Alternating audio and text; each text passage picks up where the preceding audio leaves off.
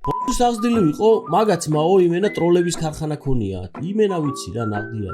ეს არის აბსურდული სიცრუე, რომელიც 2019 წელს პოლიტიკურად ანგაჟირებულმა ქართველმა ფაქტ-ჩეკერებმა გაავრცელეს. მსგავსი ტყუილი Facebook-ის ოფიციალურ დასკვნაში არასდროს დაფიქსირებულა.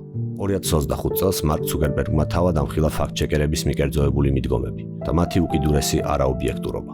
ფაქტ-ჩეკერები იყვნენ პოლიტიკურად ძალიან მიკერძოებულები. მე ამ რაღაცეების გამო ციხეში იჯდნენ თურმე რა, ჩაყარეს დილეგში რა. ეს არის კიდევ ერთი აბსურდული სიცრუე, რომელსაც არანაირი რეალური საფუძველი არ გააჩნია. თურმე ამათ ნიღბები რო უკეთიათ, ხო იცი? იმიტომ უკეთიათ, რომ ეშინიათ და სახეს მალავენო რა, აი, ნაღდია იმ.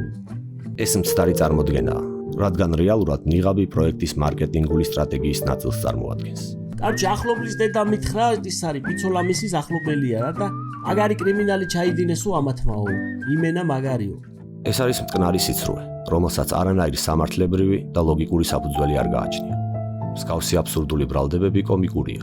ამგვარად დეზინფორმაციის გავრცელება მიზნად ისახავს საზოგადოების შეცდომაში შეყვანას და პანდას რეპუტაციის შელახვას, რაც მხოლოდ უსაფუძვლო სპეკულაციებს ემყარება.